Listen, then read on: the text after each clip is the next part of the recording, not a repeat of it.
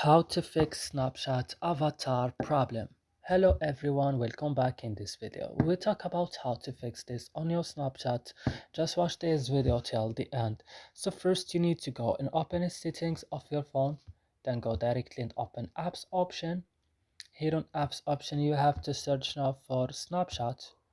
Open then Snapchat like this, scroll down and go to storage.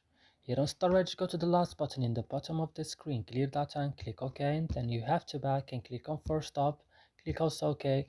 And what's next, you have to go to your Play Store, update your you know a Snapchat, and after this your problem will be solved. So I hope this video is helpful for you. Don't forget to like, subscribe in our channel. See you in another video.